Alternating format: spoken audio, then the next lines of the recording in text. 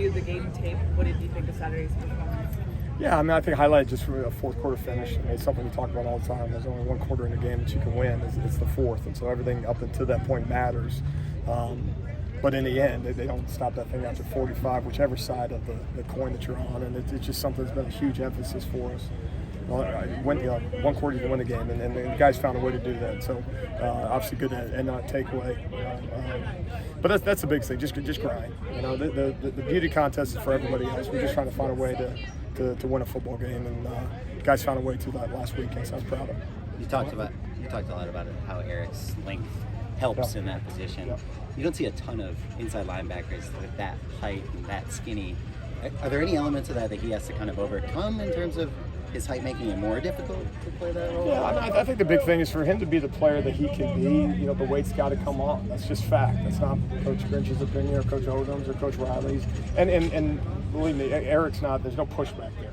It's just something that you're ultimately judged by. It's thumbs up or thumbs down. The NFL kind of dictates to us, and we use it with our guys in terms of what size is the expectation. And that doesn't mean next step NFL. He's still a young player and all that stuff. However, it's our responsibility to put this in front of him and give us credibility. It's not our opinion. So that's got to come along. But his physicality, kind of overcomes some of that. And so we're sure glad we have him. But wait till he gets good. I really believe he's got some steps to take. I think he would agree with that. But we're sure glad he had him. He certainly played well last weekend. When you first evaluated him in the Pro Bowl, before you got to actually work with him, did you immediately think linebacker, or did you have some doubts about can this guy get that role?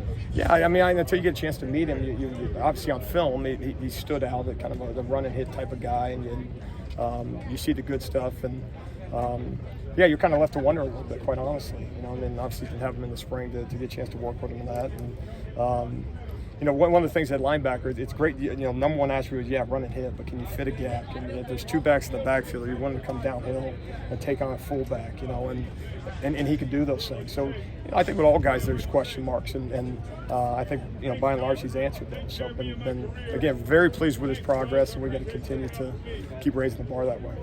Has there been any temptation to move him around, maybe give him a shot at edge or see other places like that? Yeah. I mean, that's something we always evaluate. Trying to get the best 11 guys out there. There's something we can do with a guy to, number one, help us, and then number two, help him from a career standpoint. Coach Odom, it was kind of his forward thinking to get him at the Mike linebacker spot, which allows him in kind of more of a space situation, with the college hashes, which to me at this point.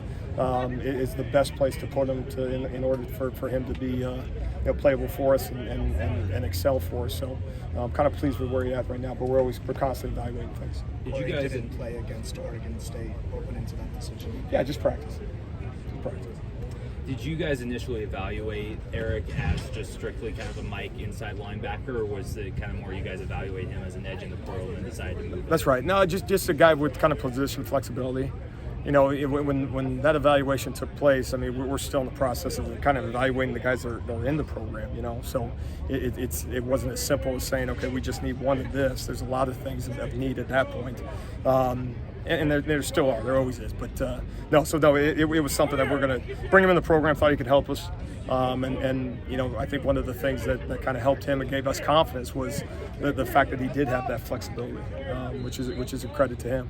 What can Corey do in practice to be in a better place to play? Well, the conversation is not about Corey. The conversation is about every guy in our program is being evaluated from an effort and execution standpoint. If you play at a high level, and you compete at a high level, and you do so with extreme effort, we will not only play you, we will start you, and we will champion you. And that's you could insert name in front and insert name behind.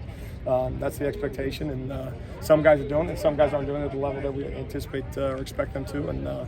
But today's another day. This week's a new week, and we'll make decisions on Thursday in terms of rotations. What are some of the things that you saw in film? Yeah, it's just very multiple. As you look at it, obviously explosive quarterback that has a big arm and the ability to extend plays. You say it every week. A lot of times in college football now, and it doesn't make it any less true as you say it each week. The ability to move the chains that way. They also use multiple tight end sets. which is becoming more and more the kind of the trickle down from NFL into college, using 12 personnel sets, some 13 personnel sets, as well as the 11 sets, and spread you out. Some jet sweep series, which really tests your discipline that way, and so and you see good speed. So they've been able to move the ball on most of their opponents through the air this past week, and so now our antennas are up for some explosive athletes coming in here.